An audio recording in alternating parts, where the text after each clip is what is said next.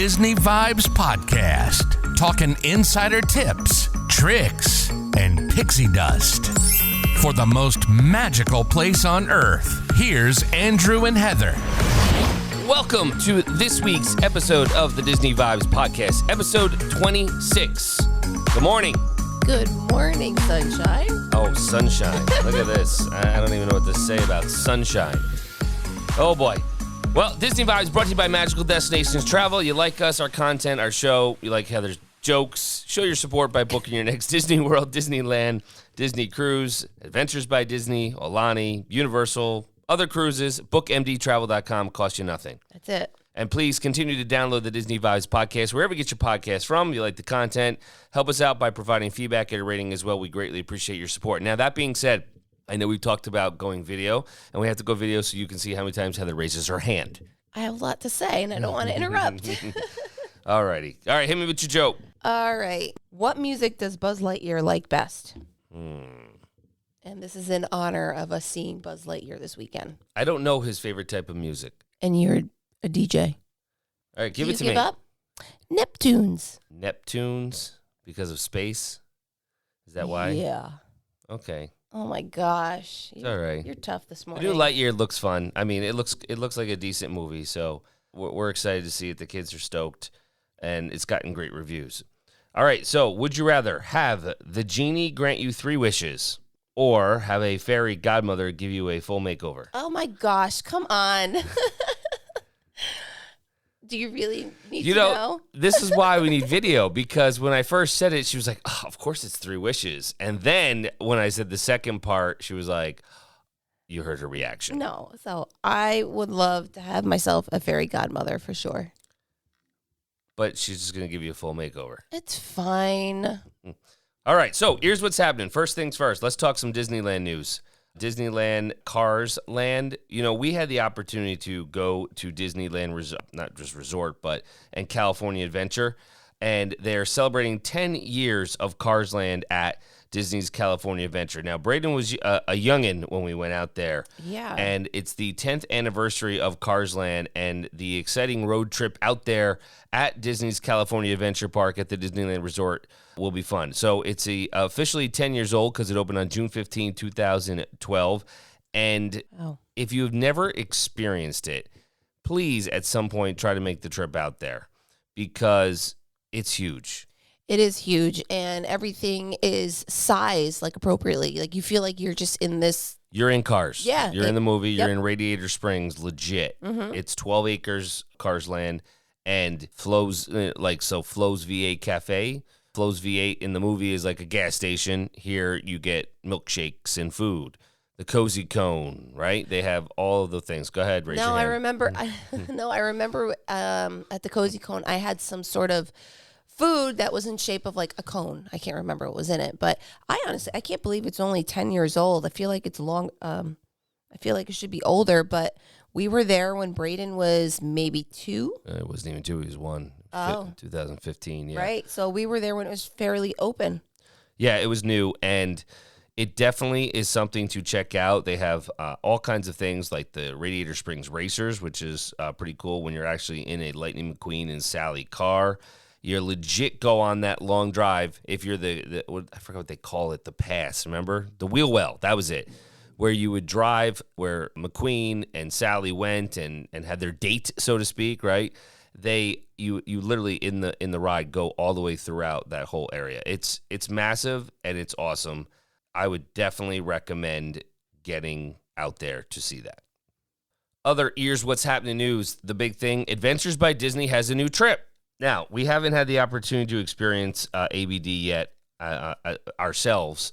However, they now have a new Disney Parks Around the World, a private jet adventure, which was just announced. It's 24 days, Heather, globetrotting, private jet vacation for the ultimate Disney fan. And you will experience all 12 Disney parks, 3 Disney studios, and 3 iconic landmarks in India, Egypt, and France. What do you think about that? I have no words, honestly. That's insane. That's 24 days. That's more almost like a month. I don't know if I could do that, honestly. Right, so you're going to visit all 12 Disney parks, Walt Disney World Resort, Disneyland Resort, Disneyland Paris, Shanghai Disney, Tokyo Disney, 3 Disney studios and the iconic landmarks like Taj Mahal's, Pyramids of Giza. Wow. And you'll have all those. There'll be exclusive experiences. Food's included, right? Mm-hmm. It's definitely a VIP treatment. However, ready for it? Oh, my. Yes. How much do you think it's going to cost? Oh, good. I'm not good with this stuff. Like per person? Per person. Based on double occupancy. Oh, gosh. So, I mean, each person is the same, is one set fee. I don't know. 80 grand.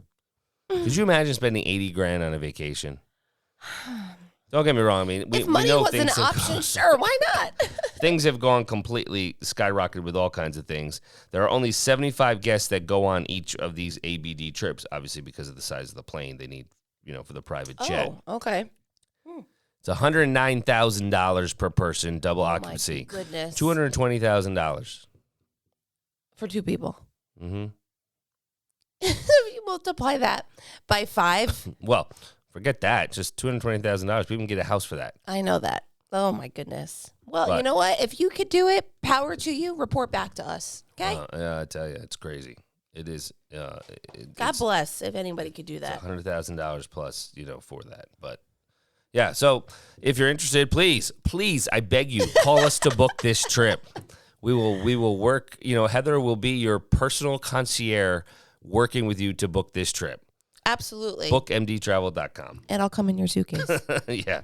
Other Disneyland news. So they are having the Oogie Boogie Bash come back, their Halloween party, out in Disneyland, and that'll begin September 2nd. So for those guests that are going out to Disneyland, the Oogie Boogie Bash will return, and Halloween time overall at Disneyland Resort will come back starting September 2nd through Halloween of 2022. They'll have Pluto's Pumpkin Pursuit, which is that pumpkin hunt they do.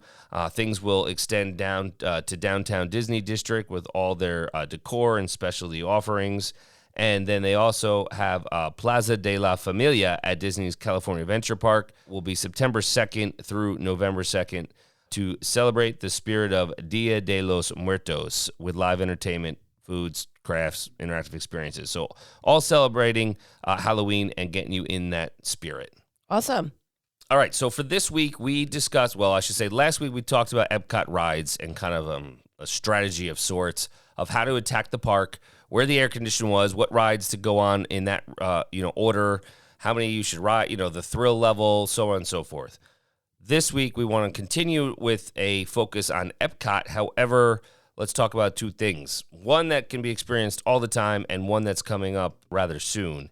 And for those who are attending anytime soon, let us talk about the Epcot Food and Wine Festival, which we were able to experience last year, which they continually, Epcot and Disney expands the dates because it never used to start in the summer. It was always like a September start date, right? And it was like 60 days. Now they are almost bumping it, I'd say, like to 120 days because the dates for the 2022 Epcot Food and Wine Festival are July 14th through November 19th. Now, the nice thing about this is it's going to completely change your plans to some degree because you're not going to need as many sit-down dinners. I mean, you may want them, however. There's so much food. Right. It's a matter of, if you really want to take a couple moments to, maybe relax at a table or whatnot. And air condition, yeah. Yeah. Or if you just want to kind of have that vibe of walking around and just sampling different types of foods from many different backgrounds. Right. And just kind of like, I almost felt like it was just, when we did it, just kind of like strolling around and seeing if this is something that we would want to get and whatnot. And just, you're not committed 100% to, we have to get to our reservation at this time promptly, blah, blah, blah. Right. So, There's certain restaurants you're going to want to hit, fan favorites. We have our favorites, right, for example. Yep. And remember, just as a quick note, 60 days out, dining reservations can be made, advanced dining reservations. It's 60 days, no longer 180. Now, speaking of Epcot Food and Wine Festival, there is a ton of information thanks to Disney Food Blog. Heather, can you put all of those links that they have into a post for, give them credit, obviously, to everything? Because they have links for the booth and menu index. They have the special events. They have the low-cost seminars and demonstrations on cooking. There is a beat concert scheduled. There's a Facebook page for the wine festival fans. There's the Wine Festival Wine and Dine Half Marathon. There's the Swan and Dolphin Food and Wine Classic. They have the Food and Wine Festival 101, Food and Wine Festival Vegetarian items, and Food and Wine Festival gluten-free items. I will certainly take care of it 100%. So we don't have all of the, the specifics yet, but you can definitely, go there and see.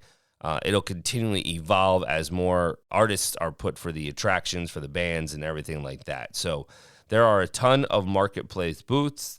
There's the Swanky Sauce Swine, Appleseed Orchard, Hops and Barley, Earth Eats, and Shimmering Sips again, hosted by Corsical, which was a sponsor last year, right? So there's going to be a lot. But the biggest thing is, as you do this, the first thing you need to do is pick up your festival passport that you refer to throughout your time at the festival and keep track of everything you taste and sip. And last year was a cheese thing. We had to keep getting all the cheese stamps because I think it was focused on Remy. Yes, it was right? Ratatouille. So once you got you tried the 5 different dishes with cheese, you got something. I don't remember, something small. But that festival book is there. It's also digital if you're just a digital person as well in the My Disney Experience app. So there's a lot going on in regards for that, but I would definitely, if you're going to be at Walt Disney World Resort at any point during those dates, you definitely want to check out the experience of food and wine overall at Epcot while you are there. It is fun for the entire family because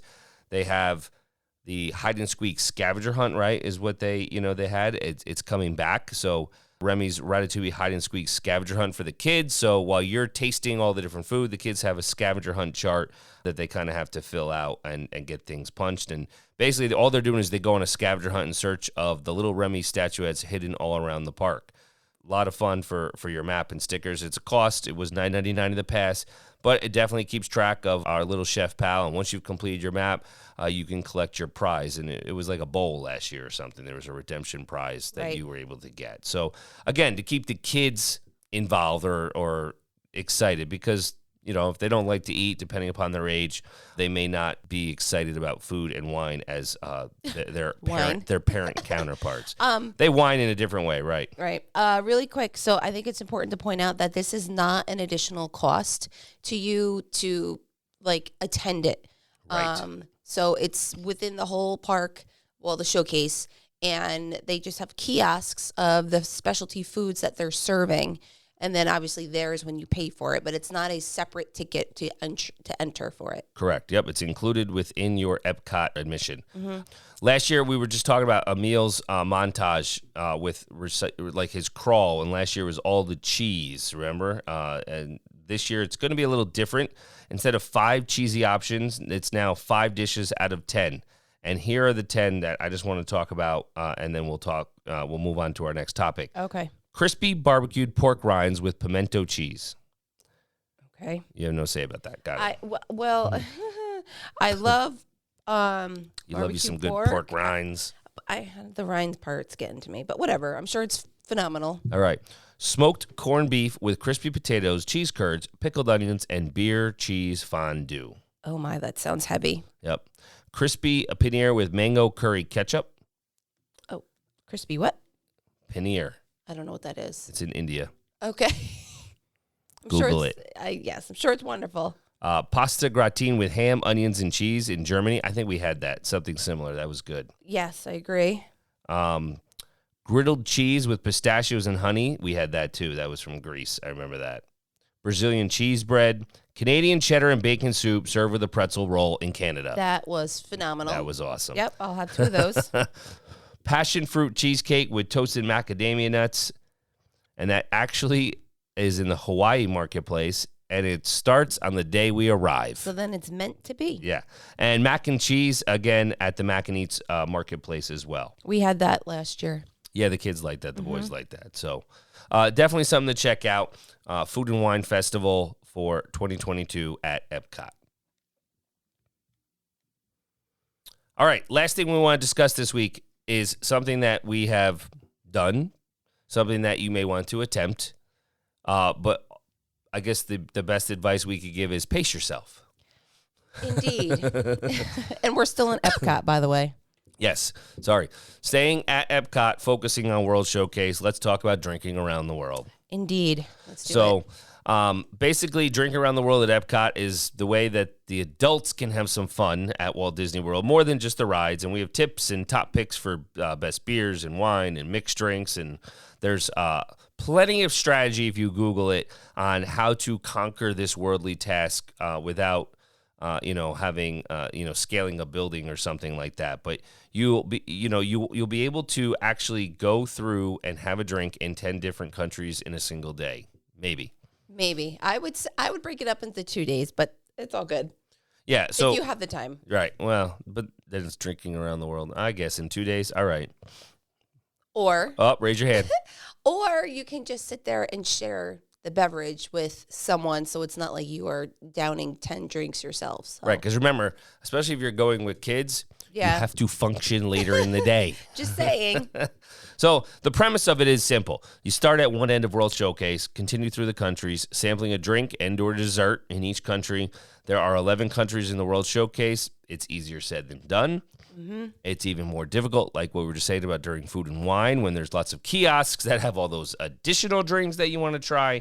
However, it is something, it's like, I don't want to say a rite of passage, but it's something fun to do. It's that, and then you can always get, because I'm all into like the theming and stuff like that, you can always get accessories and shirts and all the things that, if you're going with a group of people. Right, make a t-shirt. Yep.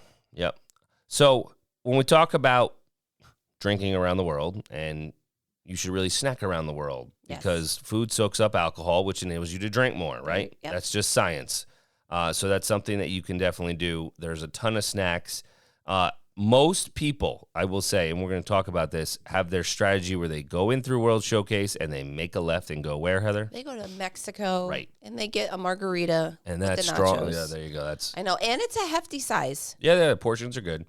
So you would definitely want to make it an all-day affair. Remember, World Showcase opens at 11 a.m., so you have extra time. You can have already done Soarin' and Test Track and Guardians of the Galaxy in the morning, hopefully. And then you can have Frozen Ever After and Remy's Ratatouille. So as you go through the countries in the pavilions, there is stuff for the kiddos to do as well. Couple strategies. Make sure you explore the pavilions. It'll give you more time to down your beverage, right, Heather? Mm-hmm. But you'll also be able to kind of explore and see all the details that Disney has put into each of the Epcot pavilions themselves. A lot of people don't go in deep, right? And they have great depth to explore, especially with Morocco, Germany, Italy, and Canada. I think that's where we remember Sangria. Yeah. Was it in Morocco? It wasn't Morocco. It was Morocco. Yeah. There. Sometimes when you're trying no lines. Sorry. That is very true. No lines. It can be cooler, by the way. So you can get some, relief from the sun. But there are times where we were looking for whether there's specialty food or drink for the Food and Wine Festival, and we weren't going deep enough into the area. So make sure that, ask around if you can't find it. Right, and as you had mentioned, you can share drinks, which kind of helps you to maximize your fun and its moderation, so you can avoid that overconsumption if needed, if necessary. There are attractions you can enjoy between drinks, as we had mentioned, like Grand Fiesta Tour in Mexico, Frozen Ever After in Arendelle, right, Norway, and obviously Remy's Ratatouille Adventure in France. Mm-hmm. There are films for France and Canada and China. And remember, you're just walking around. American Adventure has another film as well. So there are plenty of things. So when we talk about drinks per country, everybody used to start, like we said, in Mexico. But if you enjoy beers, and there's been some recent changes in Canada, you're better started to go in and go right. If you're more of a mixed drink or tequila fan, you go in and go left, right? We're going to list in order from starting with Mexico. Just do it in reverse. Okay. Right? Got it. Here we go. So Mexico, I think Heather already kind of said. What are you going to get? You're going to get margaritas. Yep. And there's plenty of kinds. So they have the blood orange margarita, avocado margarita, and jalapeno margarita. And obviously, tequila flights. If you start doing that, you're going to hit the floor away after one country, right? But that's something to check out in Mexico. And as Heather said, you can get the nachos or tacos or burritos. They have everything. They do. In that quick serve, too. They do. Don't forget, there are sit-down restaurants as well in many of these countries. You want to get a Carlsberg in Norway. It's a solid beer, and it's not even really from Norway, but it's definitely up there. And as you're waiting on that line for Frozen, it's something you can definitely do. So check out the Carlsberg beer in Norway. The tea stand in China. So I know the name can be deceiving, but it has the mango gingerita, cantaloupe, that's fun, peach snap, or green tea plum slush is the way to go here. So to get that drinks from the tea stand in China. Tsingtao is on draft once in a while, but it's not better than the cocktails. So keep going with the cocktails when you are in China for a cup of tea, Heather. All right. A lot of people used to always go to the African Outpost, but you could skip that. It's just a regular beer. It's dark amber beer there. Right. Germany, the beer kiosk is usually massive with lines out front. Right. You can avoid those lines by heading deeper into the pavilion, and they have, they have Oktoberfest, Lowenbrau, Spaten, Radburger. I don't know if I pronounced that right. I apologize if I didn't pronounce that right. And they have Heather's favorite beer. I can't pronounce it, but the only thing I know what it is. It's a grapefruit flavored beer, and it's a Hefeweizen, Schofferhofer. Whatever you said. Yes, exactly. And it's the most refreshing alcoholic beverage, I think, at the park. Yeah, Heather gets 2. I do. And I get really upset when Andrew tries to take mine. No, it's mine.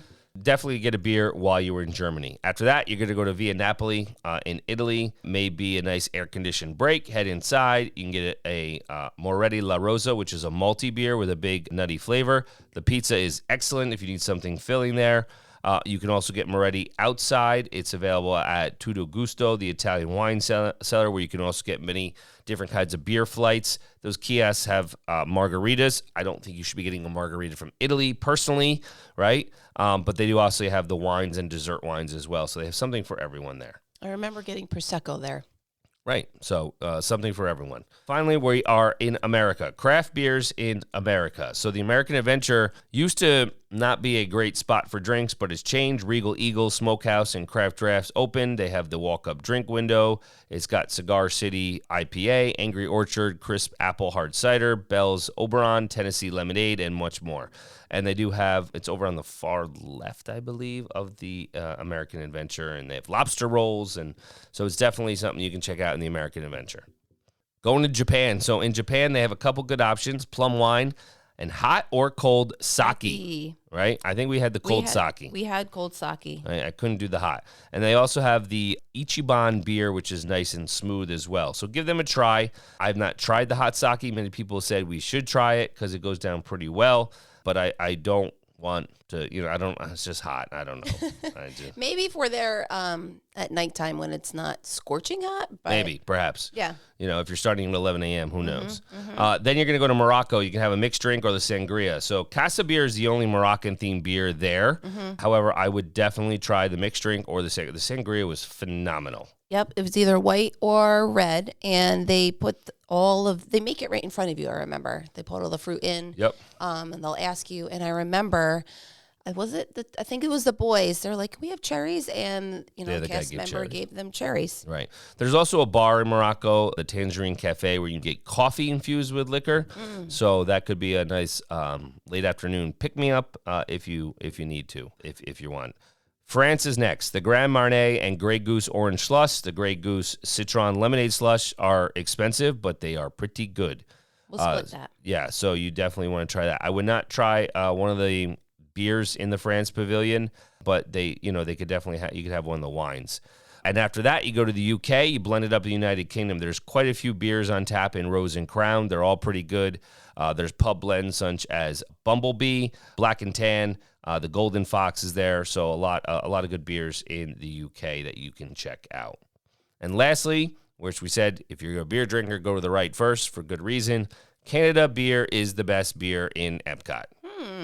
I have to determine that this year for myself. Right. I mean, because we never go right. That's why. So we will purposely go right this year, and I will experience this. Right. Canada started serving a few different varieties of Unibrow beers outside the kiosk. So there's a bunch of different ones. There's La Fin du Monde. It's a very robust Abbey triple that is one of the best beers in the world, and it's got a 99 score on Rate Beer. So I would definitely, something you want to check out, and it may be worth it for that $11 beer. I wonder if we can get it locally to try out too. We'll have to see. Okay. But anyways, that kind of just wraps up like a drinking around the world, gives you a little synopsis of each country, each drink you should have in the World Showcase as you experience Epcot and Walt Disney World as an adult and have some fun for yourself on your vacation. And any other final thoughts about drinking around the World Showcase at Epcot, Heather? Just be responsible. Of course. You are on vacation and there are a million children. Yes. But exactly. way to do it. All right, so as we wrap up episode number 26, Heather, the show notes will be under the blog section. Yep. So you could check that out at bookmdtravel.com. You could check us out on our socials on Facebook, Magical Destinations Travel, as well as on Instagram, Magical Destinations Travel Co. And you can find us on Twitter, Magical Des Trav. That's it. Till next time, let the Disney vibes flow. Find Disney vibes for all your vacation needs on the web at bookmdtravel.com.